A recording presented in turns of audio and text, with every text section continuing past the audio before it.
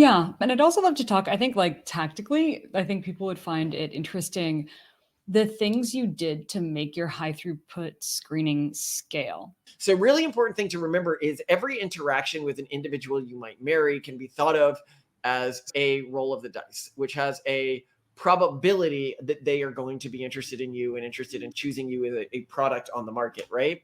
And that probability can be influenced by two things, either by increasing the probability that every individual partner you interact with would be interested in marrying you, or increase the number of people you're interacting with. Both of those would end in the same percentage probability that you find a wife. So one of the biggest things is just really, really high throughput. But now we're going to talk about finding a wife as a sales strategy, because I think this is the core way to conceptualize it. Would you like to know more?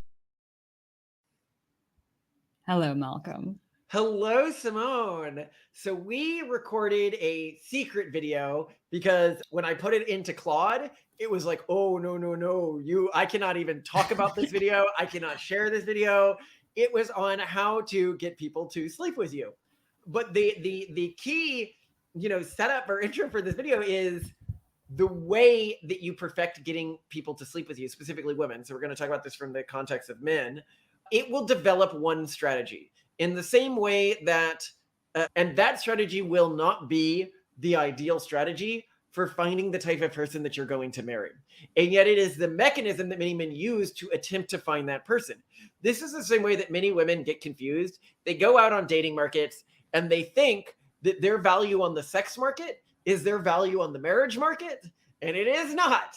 Right. In other words, they think that like if an 8 will sleep with them, then they should be able to marry an 8, when really a lazy 8 just wanted to sleep with them, a 3 or a 4, because they didn't want to bother trying to get someone harder to get. But the point here being is that these two markets are different. They're not just different for girls, they're also different for guys. Totally. And the strategies that they get women to sleep with you, they can still get women to marry you, but the type of women you want to sleep with, let's put it this way, they're typically the type of woman who's going to be more promiscuous. They're typically the type of woman that you can like pick up at a bar. They are not the type of woman that you want to raise your kids, that you want to. And this is a post that I saw recently. It's one I could not agree with you. You look at parenting books and they go, look, if these books were honest, what they would actually be is books targeted at single guys. And if they were a 10-chapter book, 9 of the chapters would be focused on how to get a good wife. Because who you matter, both genetically and parenting style and the general environment and vibe of the house that the kids grow up in, matters so much more than any parenting strategy you could conceivably implement. Who you marry is everything. If you, make a point and you're like, okay, I am going to make a sacrifice on her being a little narcissistic. Well, now your kids are going to be a little narcissistic and they're going to grow up in an environment ruled by a narcissist, which will make their lives harder. Right? And so when you are out there and you have developed a strategy that gets women who you didn't know before that night to sleep with you is going to intrinsically target thoughts, THOTs, right? Like individuals who will sleep with a guy because they believe that guy is just so arousing in the moment that they're just going to go out and sleep with them. And yet the type of woman who I think most of our viewers would want to marry would never sleep with a guy in a scenario like that.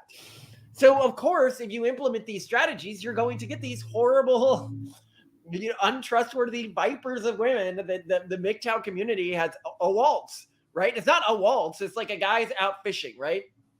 And you say, he's like, this pond only has catfish in it. And it's like, well, you're using a catfish lure. Like, of course, you're only catching catfish.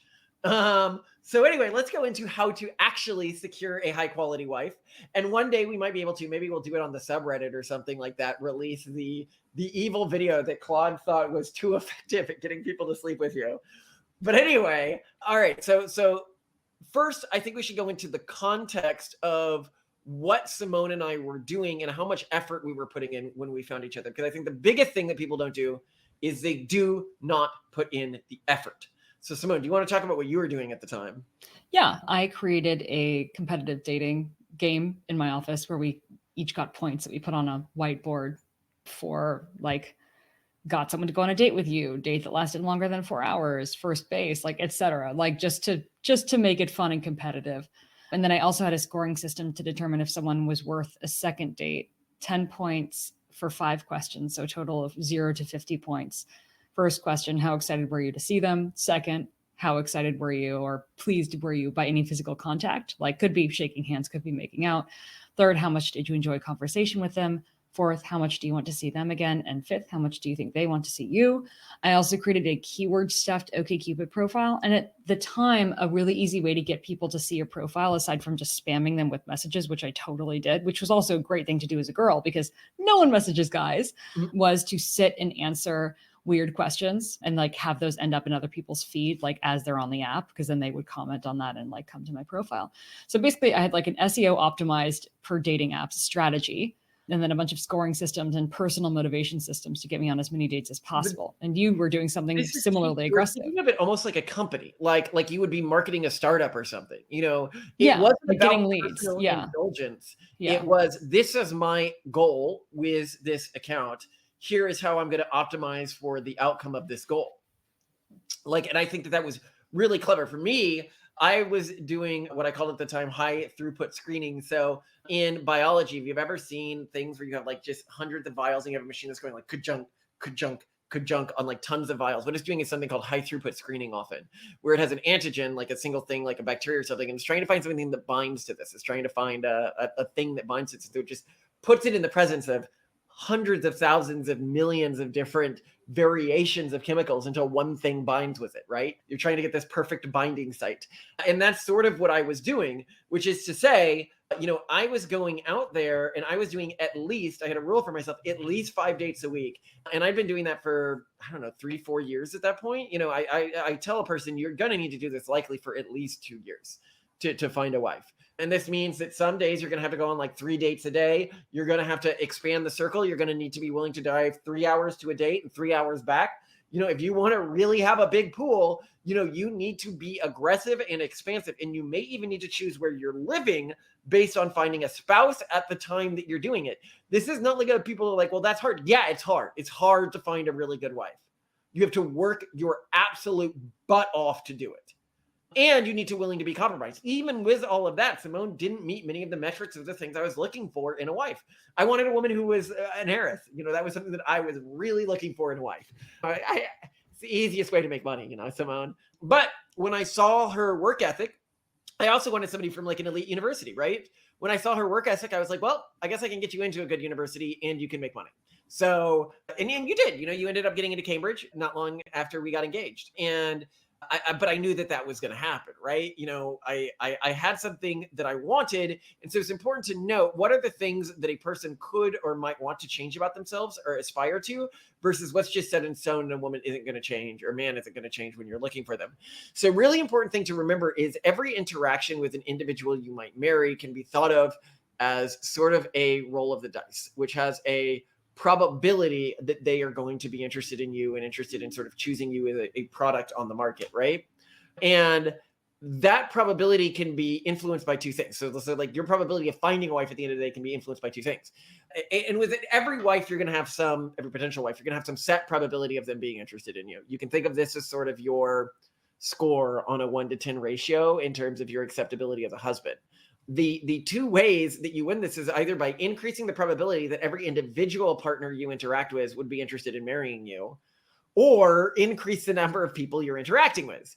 Both of those would end in the same percentage probability that you find a wife. So one of the biggest things is just really, really high throughput. But now we're going to talk about finding a wife as a sales strategy, because I think this is the core way to conceptualize it. So I've built sales departments for companies, so I know how this works. So if I'm building out a sales department, so how do I think of it? So first you have your leads. Like these are the contacts that salespeople are calling. And often you will give like a salesperson, you'll have one team that comes up with a list of leads, and then they give that team that you can sort of work as a sales team. You can be one that is trying to hit the maximum amount of leads possible, or you can increase the quality of the lead. And this means that you're essentially pre-vetting a lead, right? And this is where you're sourcing your partners, right? So the place that you source partners in a way pre-screens that pool of partners. As I said to Simone on our first date, which she often mentions, as I said, well, I'm probably not going to marry you because I'm about to start a Stanford Business School where there's a large pool of pre-vetted marriage candidates.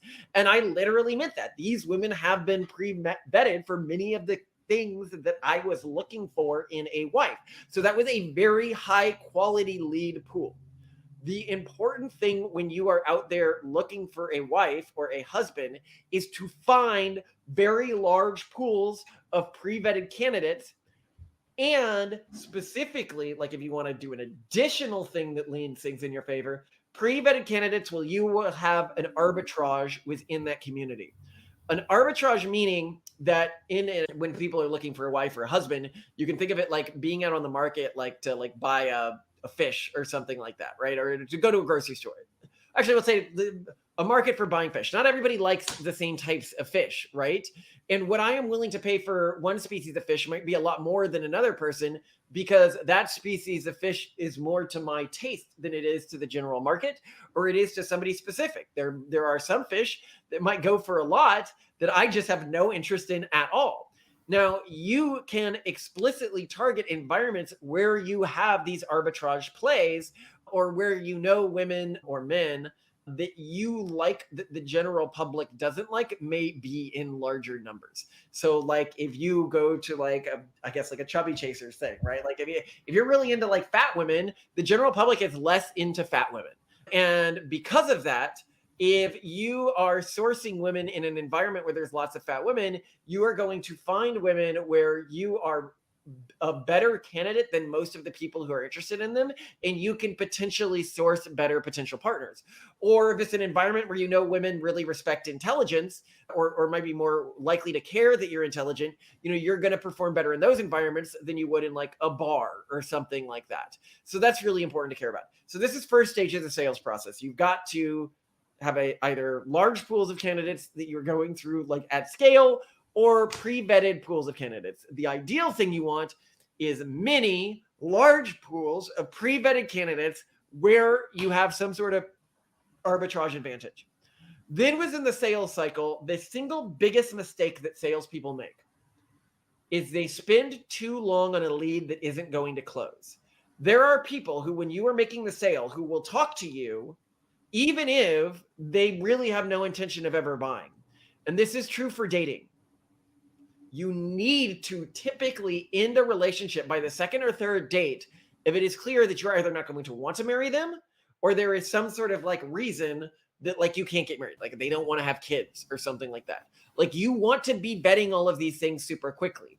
And it can even make sense, and this is very different than when you're dating for sex, to act or reveal things about you, act in a way or reveal things about you that would screen out intrinsically most women, but not the woman who you would actually want to marry.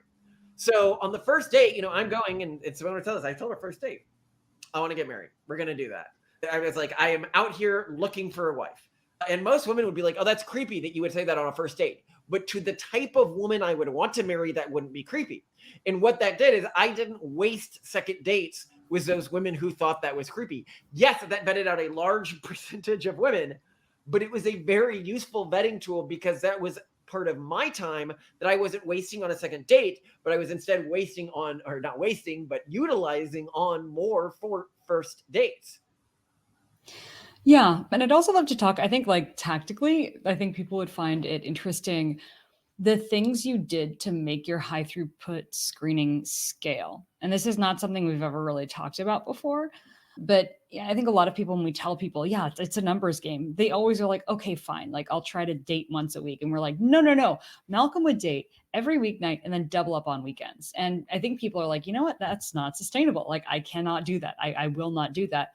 But you did, and you did a lot of things to make it work. So for example, when you were in university, I think you first discovered that if you frequently ate at a restaurant, they would give you special deals. There was that Indian restaurant in St. Andrews? Yes, I love that. Sorry, what's something I want to say that before we go further with this particular chain of logic is within these first dates, what do you talk about, right? What you should always be talking about is what you want your future to be and what they want their future to be. That is the most important thing you need to know when you're vetting a potential wife. So don't go talking about freaking hobbies and stuff like that, or what the weather is, or what movie you recently watched, or what you think of No, it's every one of these topics. And this was true of our first conversation, right? I was like, Simone, what do you want to be doing in 10 years? What do you want to be doing in 20 years? How many kids do you want to have? I was very interested in your future because then I could understand if that was compatible with my future. And people who don't like to think about the future, it also helped vet them out of the potential pipeline. But that was something that was very important for our compatibility. So yes, you were talking about the restaurants. One thing I would do is I would take women to the same restaurants over and over and over again. Like all of the dates I'd do the same restaurant because I'd get to know the restaurant really well. I would tip well and they treat me really well. And so this made me look really good to the women who went. Like you noticed this when I took you to a restaurant. You were like, oh, all of the staff here seems to know you. And it's like, yes, because this is part of my routine.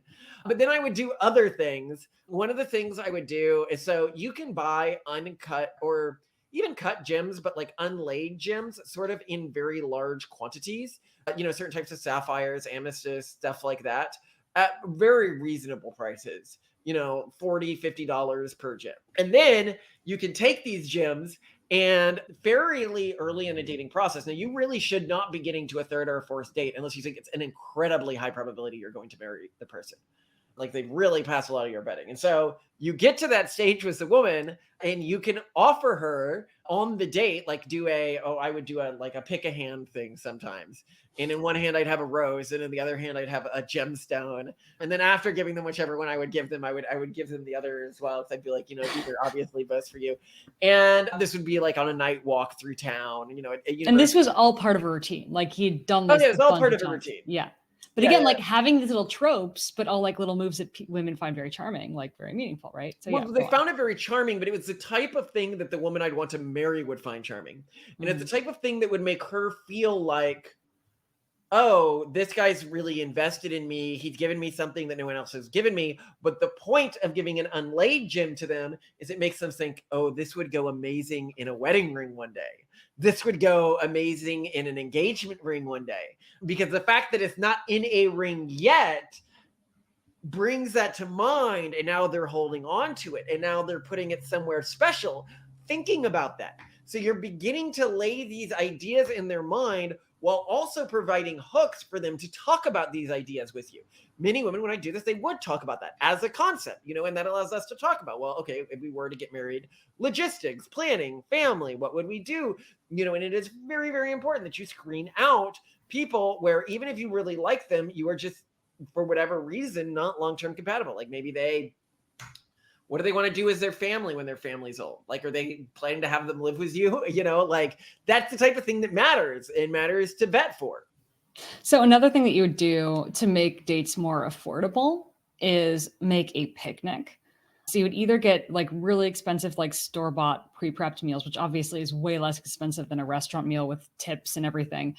And then you would take your date to a special place, either something really scenic or something both scenic and kind of against the rules to make it. Yeah, so that was really key to break rules on these early dates. There's a famous experiment of the bridge, right? Where it basically a woman or a man was on a bridge at the top of a bridge, and they would get survey responses from somebody and then give the person their number afterwards. And some of these bridges were dangerous and very high, and some of these bridges were very safe. The people who did this at the dangerous bridge would end up getting many, many more callbacks. And the idea here being that but also it frames you as somebody who's sort of like, I think most people want a partner in crime, right? So you can do little break. In college, my typical place to break into was this castle on campus. And we would break in and we would do in the ruins of the castle and have a little picnic together at night under the stars. And it worked very well. With me and you, do you want to talk about the place I would break into at that stage? Yeah, there was right across from the restaurant that was his go-to restaurant was a Four Seasons hotel that had some like office hallways just for its administrative offices. And you would take women dates there after dinner. So if you went down the central stairwell in this Four Seasons in the center of San Francisco, I'm not sure this isn't the case anymore, but some people are like, oh my God, that was my office. That's why it was weird every day. You could, if you tried the doors on the stairwell, which of course I love exploring. So I would go and I would try like urban exploring and stuff like that. I'd try these doors. One of them was always unlocked and it went into an office. Now, your perception is it was the Four Seasons office. I think it might have just been a typical corporate office that was in the same building because it didn't have Four Seasons. Like I just think they would have flyers and stuff. I think it was just a corporate office, but it was always open. So I could go and hang out at night in this office. And, in a hallway, to be clear, just a hallway. No. We go into the office. You don't remember the office? we didn't go into an office. We just got the hallway. So Oh, I apparently guess. I was, Oh, yeah, you didn't get the full experience then. I'm sorry, Simone. You God, were just Malcolm. so easy that I didn't even make it to the office. Sorry. You were so alluring that I didn't make it to Uh-huh. the office. To be Hmm. clear, she'd never kissed anyone. She was a virgin when I met her. She'd actually kissed one person before this, but one person. But she wasn't actually easy. She was just very interested in me specifically. Sorry, you're giving this look like you're a goof. Anyway, so that was one thing I do because it built this bond with the person and it sort of heightened the bond. When you are willing to break rules with a person, one, you're often more likely to go over your own personal barriers to like moving the relationship faster than you otherwise might be willing to. But also, it felt very like It when felt you're forbidden and risky and exciting and memorable, but for you, it was very low stakes and rote and safe and inexpensive. So it was a way to make a date memorable and exciting in an affordable and not actually risky way, yeah, and another thing which I is meaningful. do is, learn to cook. Cooking for a woman, in one of these early dates can be really good and very inexpensive if you get really good at it, which is something that, I've done little cooking videos on this channel. I should do more of those. They're fun to do with the family, but I really like cooking, as Simone could tell you. But yeah, that was a really key thing. What else? I'm trying to think. Oh, here was a key thing I would always talk about on date 2. Oh, It's a very useful thing. I'd say, what do you want from life? So, one, we're talking about the future, right? But what do you need to get there? Like, what do you not have? Like, what's your plan for hmm. getting there? And can we workshop a better plan or find a faster way to get you there? Or what are you looking for? Now, one, this allows me to see where I'm of utility to them, because if you're of utility to somebody outside of just dating and sex, then they're going to be more interested in you. But two, it allowed me to see how they reacted to the offer of, like, okay, here's how you can get there faster. Here's how I can help you. Most people, and this really surprises me, but it's true, if you talk to them about what they want from their life and then you're like, okay, here's how I can help you achieve that, they actually don't really follow up with it. They don't aggressively follow up with it. They're not. And it makes it clear to me that they're not actually interested in achieving these things. This is like a vision of what they might want from life, but it's not something that they are actively every day working towards. The type of person who's like, okay, this strategy might work, this strategy might work, and then acts on those strategies, that's the type of person I would want to marry.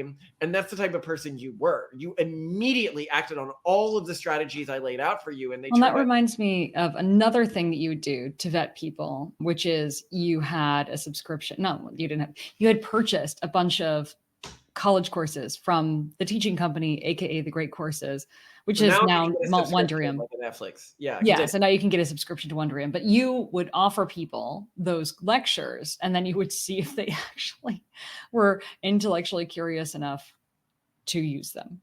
Well, they And that was cost a lot. another. I mean, they used to cost like $500 per series. I mean, you're buying like 24, 48 hours of like lectures. So, I mean, of Yeah, course. but like it was, I think that's interesting as a vetting mechanism and also as a gift. Like for someone who shares your values, it's a really big gift. So it increases Mhm. your social capital with someone that you'd really care about. It also helps you weed out people who don't share that with you. Yeah, so And many I think women that's really are important. If like, you have some kind of value or thing that's really important to you, and that person doesn't like take up the lore, if you drop it, then you know they're not going to be good. well, you can tell me educate myself. I really like to be well read. I really, see myself as like a smart person or whatever. And then you drop, you're like, okay, here's 24 hours of lectures on a topic you said you cared about. Are you going to watch them? Are you going to listen to them? Very few people actually did that. You were one of the only ones who's like going through hundreds of hours of lectures. As soon as I would give them to you, be done with them in like 4 days. And I think it just shows that it's very easy to signal that you're interested in one thing on a date, Yeah. but not actually be that type of person or not actually be interested in that thing. And yet, you and me as real life individuals, we can test. We can test Yeah. what an individual actually cares about by looking at what they actually engage with when dropped in front of them. Yeah, and I think that there are differences here. So one way of vetting that we've heard other people do is they'll be like, "Hey, do you want to go on this trip with me?" Like, "Oh, I'm outdoorsy. Would you like to go on a rafting trip with me?" And then Mm. the partner's like, "Yes, of course." And they like grin and bear it, right? Like they get through it to get you. That's very different from being like, hey, here's this thing I have. You know, if you'd like it, like go ahead. You know, like there, Mhm. I think that won't be seen as transparently by many prospective partners as a test. So like, you know, I don't know, like there's no outdoors equivalent that I can think of, but like, I don't know, like here's a subscription access to all national parks just in case you ever want to go to one. And like if the prospective partner like doesn't go on a single camping trip with that thing you give them, like kind of probably a sign that they're not actually outdoorsy.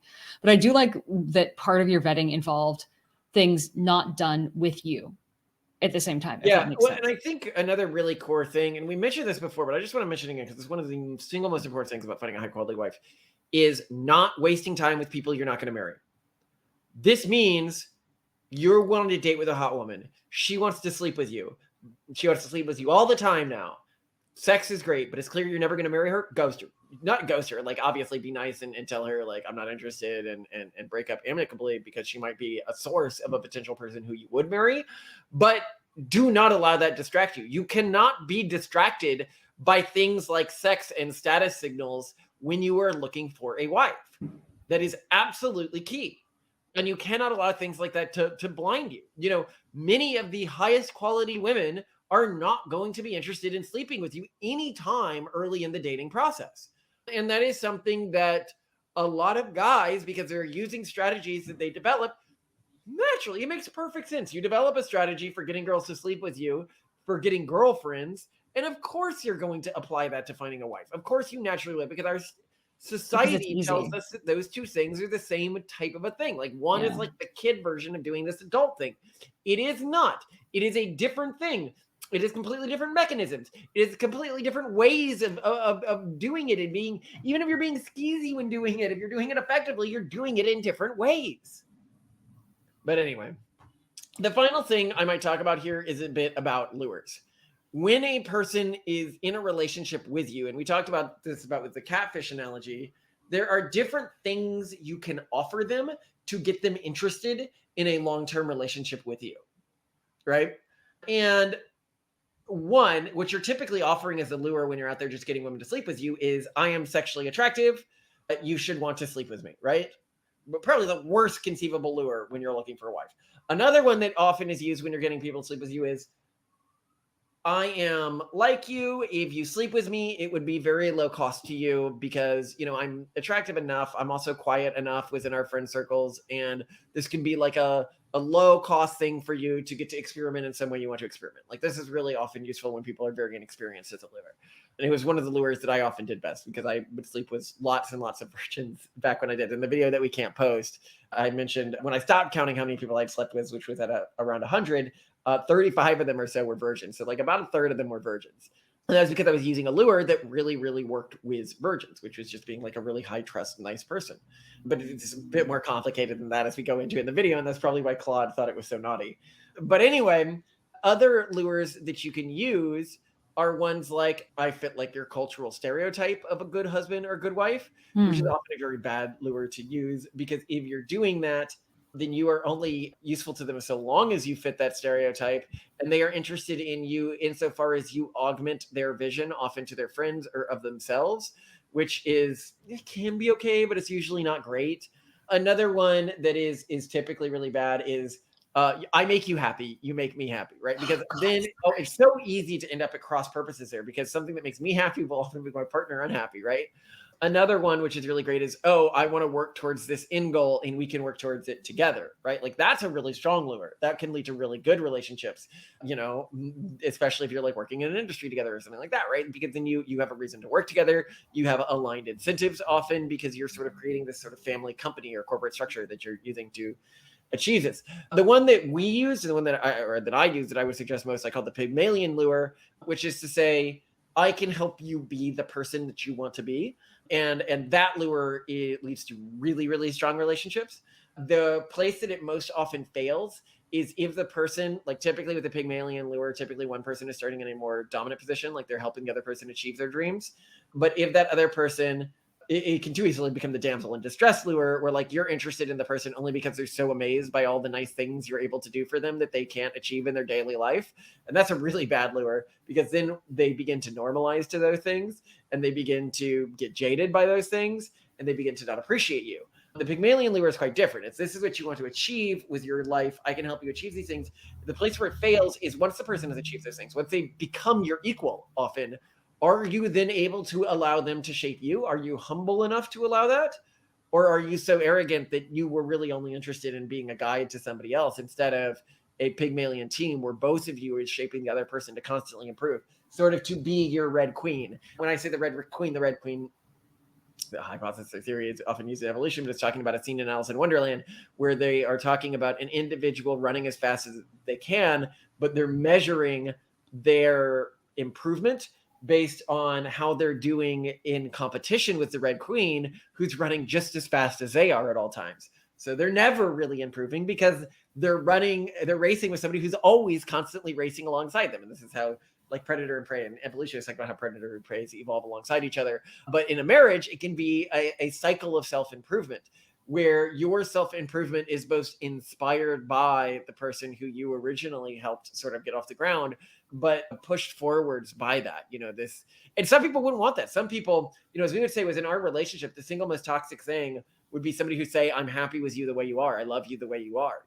I love you for who you can be, who you have the possibility of becoming. And you've become so much already that in many ways I love you for who you are today. But I think I'd stop loving you if you stopped trying to improve yourself or stop daily improving yourself. Yeah, best kind of marriage for sure. I mean, truly best kind of friendship, best kind of work relationship.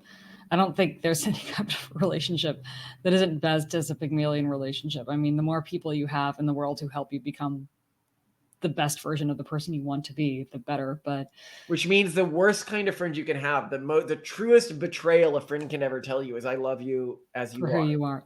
You're good enough as you are today. The worst. Well, thank God we don't accept each other for who we are. No, We God, don't like who we it's disgusting.